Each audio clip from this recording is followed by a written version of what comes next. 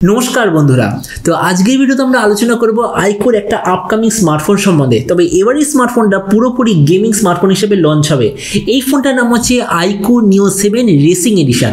তো এই ভিডিওতে আমি আপনাকে জানাবো এই যে রেসিং এডিশনটি যে লঞ্চ হতে চলেছে এটার ফুল স্পেসিফিকেশন, ডিজাইন আর যে দামে আসবে সেই দামে আপনাকে এটা নেওয়া উচিত নাকি অন্য কোনো স্মার্টফোন আপনার নেওয়া উচিত, এই সব কিছু সম্বন্ধে ভিডিওতে আমরা আলোচনা করব।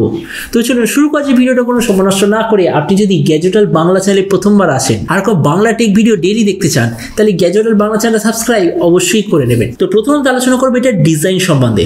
তো দেখুন আপাতত IQOO Neo 7 এর আন্ডারে যে কোটা স্মার্টফোন মার্কেটে লঞ্চ হয়েছে এক্স্যাক্টলি সেরকম ডিজাইন এরও পেছন দিকে আপনি পাবেন, মানে ডিজাইনের দিক থেকে খুব একটা চেঞ্জেস আপনি পাবেন না। তো এই স্মার্টফোনটা থিকনেস হবে 8.5 মিলিমিটার আর ওয়েট হবে 197 গ্রাম। আইকোর অন্যান্য স্মার্টফোনের মতো এরও ডিসপ্লেতে আপনি টোটাল 3টে কালার পাবেন, অরেঞ্জ, ব্ল্যাক আর ব্লু।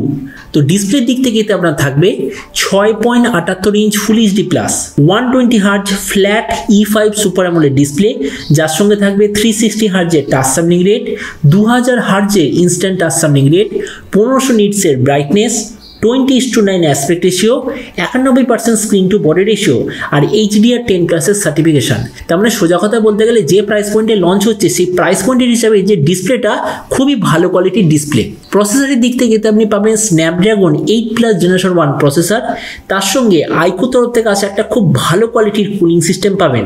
আর নর্মাল গেম খেলার সময় যে আপনি FPS পান তার চেয়েও বেশি কোয়ালিটির FPS পাওয়ার জন্য এতে আপনার থাকবে একটা ডেডিকেটেড গ্রাফিক্স কার্ড চিপ। ক্যামেরার দিক থেকে আপনি পাবেন 50, 8 আর 2 মেগাপিক্সেলের ট্রিপল রিয়ার ক্যামেরা, ফ্রন্টে থাকবে 16 মেগাপিক্সেলের সেলফি।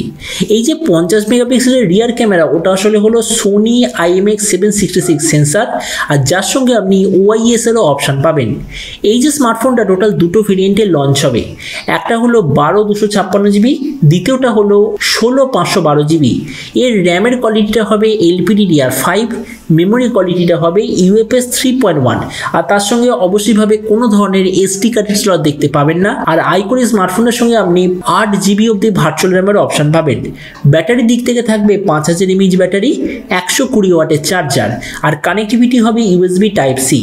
তো এবারই স্মার্টফোনের বাকি কিছু ফিচার যেতে আপনি পাবেন Android 13 out of the box, under display fingerprint sensor, কোনো ধরনের 3.5 জ্যাক থাকবে না আর ডুয়েল স্টেরিও স্পিকার অবশ্যই আপনি দেখতে পাবেন। তো এবার সবচেয়ে মেন জিনিস এই যে IQOO Neo 7 রেসিং এডিশন কবে লঞ্চ হবে, কি দামে লঞ্চ হবে। তো দেখুন আমি এখনো পর্যন্ত যেরকম খবর পেয়েছি এই স্মার্টফোনটা এই ডিসেম্বর মাসের লাস্টে অথবা জানুয়ারির মিডলের দিকে অবশ্যইভাবে লঞ্চ হয়ে যাবে।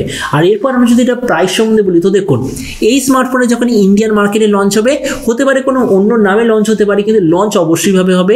ইন্ডিয়ান মার্কেটে যখন এটা লঞ্চ হবে প্রাইস হবে 40 থেকে 45,000 ইন্ডিয়ান টাকার মধ্যে। আর আপনাদের ভিডিওটা বাংলাদেশ থেকে দেখে থাকেন তাহলে বাংলাদেশিটা লঞ্চ হবে ওই প্রায় 50,000 বাংলাদেশি টাকার আশেপাশে।